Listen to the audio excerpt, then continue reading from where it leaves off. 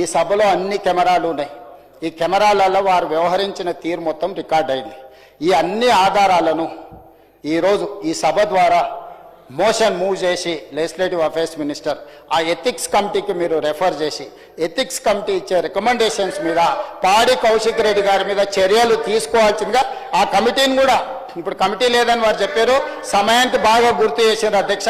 ఎంబడే ఎథిక్స్ కమిటీని కాన్స్టిట్యూట్ చేసి హరీష్ రావు గారి సూచన మేరకు తక్షణమే ఎథిక్స్ కమిటీని ఈ సభ ముగిసే లోపల మీరు అపాయింట్ చేసి ఈ కేసును దానికి రెఫర్ చేయాల్సిందిగా ఈ సభలో ఒక సత్సాంప్రదాయాన్ని రేపు భవిష్యత్తులో ఏ సభ్యుడైనా ఈ రకంగా బాధ్యతారహితంగా అసభ్యకరంగా అసహించుకునే విధంగా సీనియర్ సభ్యులకు అవమానం జరిగే విధంగా వ్యవహరిస్తే ఏ రకమైన చర్యలు తీసుకుంటామో భవిష్యత్ తరాలకు తెలంగాణ సమాజానికి ఒక దిక్సూచిగా ఉండే విధంగా చర్యలు తీసుకోవాలి.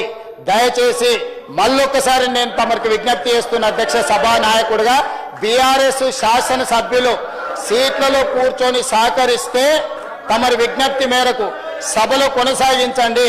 వాళ్ళు సహకరించకుండా ఒక దళితుడు స్పీకర్గా కొనసాగడానికి వీలు లేదు, అతను సమర్థుడు కాదు సభను నడపడానికని ఒక సందేశాన్ని బయట ప్రపంచానికి ఇవ్వదలుచుకుంటే సభ్యులందరినీ రాబోయే బిజినెస్ ఈ బడ్జెట్ సమావేశాలు మొత్తానికి వాళ్ళని సభల నుంచి సస్పెండ్ చేయాల్సిందిగా పాడి కౌశిక్ రెడ్డి గారిది కమిటీ ఆన్ ఎథిక్స్ కి రెఫర్ చేయాల్సిందిగా తమరికి విజ్ఞప్తి చేస్తూ అవకాశం ఇచ్చినందుకు మీకు ధన్యవాదాలు తెలియజేస్తూ సెలవు తీసుకుంటున్నాను అధ్యక్ష.